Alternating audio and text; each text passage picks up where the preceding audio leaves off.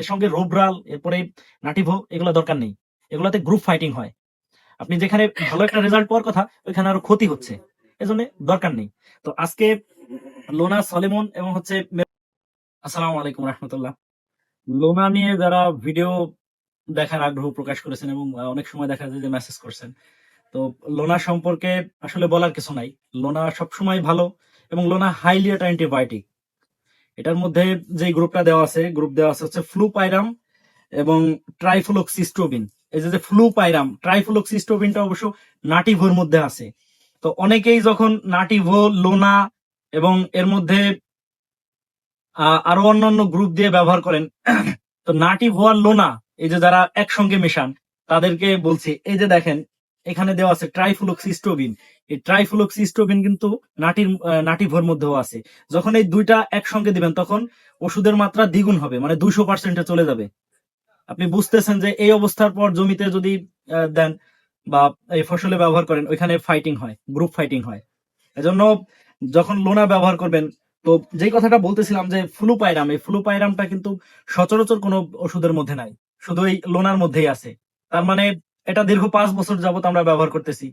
এটার যে কার্যকারী ক্ষমতা এখনো পর্যন্ত কি বাজারে অন্য কেউ আনতে পারছে? পারে নাই। তার মানে এটা হার্ড একটা গ্রুপ, এবং এই গ্রুপের সঙ্গে যে যে বিভিন্ন রকমের ওষুধ মেশানো, এটা ঠিক না। আপনি দেখেন আমার হাতে একটা প্রোডাক্ট আছে, এটার নাম হচ্ছে লোনা এবং সলেমন, আর এটা হচ্ছে মিরাজেব।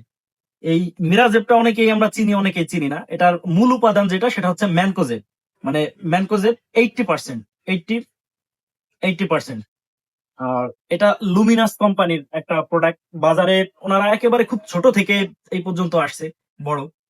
তো এই যে যে লোনার সঙ্গে যারা ব্যবহার করেন, যে অনেকগুলো প্রোডাক্ট দরকার নেই, লোনা, সলেমন এবং হচ্ছে ম্যানকোজেব, সেটা যে কোনো ম্যানকোজেব হইতে পারে, আপনাকে মিরাজেব ব্যবহার করতে হবে এমন না। এখানে যে জ্যাস আছে, এটা ফ্রেশ ম্যানকোজেব, অনেকটা ব্লু ম্যানকোজেব। তো যেটাই হোক, এই সিম্পলের মধ্যে এটা দিলে হয়ে যাবে। আর আরেকটা বিষয় যে সলেমন সম্পর্কে বলছেন যে ভাই ইমিডাক্লোরাপিড যে কোনো একটা দেই, বাকি সলেমন দেওয়ার কি দরকার? হ্যাঁ, সমস্যা নেই, ব্যবহার করেন।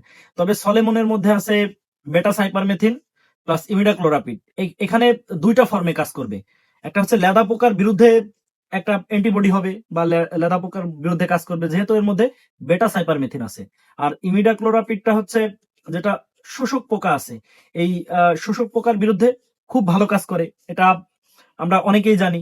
এজন্য পেঁয়াজে যদি এই ধরনের সমস্যা আছে, যেমন অ্যালিজিন একটা প্রোডাক্ট আছে ভ্যালেন্টেকের, এত ভালো চমৎকার একটা প্রোডাক্ট, যের মধ্যে ল্যামডা সাইহ্যালোথিন প্লাস ইমিডাক্লোরাপিড 70% এর মধ্যে দেওয়া আছে, এবং 30% হচ্ছে ল্যামডা সাইহ্যালোথিন দেওয়া। তো এই ধরনের ওষুধ যারা বেশি পরিমাণ ব্যবহার করেন, এই যে বেটা সাইপারমেথিন যে এই যে সলেমনের মধ্যে দেওয়া, এই বেটা সাইপারমেথিন যদি কোনো জমিতে বেশি পড়ে ওই জমি লাল হয়ে যায়। এজন্য লোনার সাথে যারা বেশি পরিমাণ ব্যবহার করতে চান, দরকার নেই।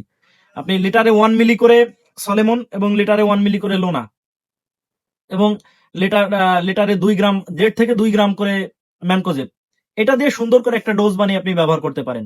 বাকি এটার সঙ্গে নাটিভো, এরপরে ফলিকুর, এত কিছু দরকার নেই। গত কয়েকদিন আগে সালতা থেকে এক ভাই লোনার সঙ্গে আহ, নাটিভো এবং ফলিকুর সঙ্গে যে ইয়া আছে, কি বলে, অ্যান্টাকল। তো এই অ্যান্টাকল যদি ব্যবহার করেন, বাকি ম্যানকোজেব ব্যবহার করার দরকার নেই। আপনি অ্যান্টাকল, লোনা আর এটা সলেমন, এটা ব্যবহার করেন। আর যদি অ্যান্টাকল ব্যবহার না করেন, আপনি ম্যানকোজেব ব্যবহার করবেন, এতেই হয়ে যাচ্ছে। এর সঙ্গে রোবরাল, এরপরে নাটিভো এগুলো দরকার নেই। এগুলাতে গ্রুপ ফাইটিং হয়। আপনি যেখানে ভালো একটা রেজাল্ট পাওয়ার কথা ওইখানে আরো ক্ষতি হচ্ছে, এজন্য দরকার নেই। তো আজকে লোনা, সলেমন এবং হচ্ছে মেরাজেব বা ম্যানকোজেব যেটা হোক, এটা সম্পর্কে আলোচনা করতেছিলাম। যদি আমার ভিডিও ভালো লাগে তাহলে গ্রহণ করেন, ভিডিও ভালো না লাগলে অ্যাভয়েড করেন। তো সকলে ভালো থাকবেন, সুস্থ থাকবেন। আল্লাহ হাফেজ।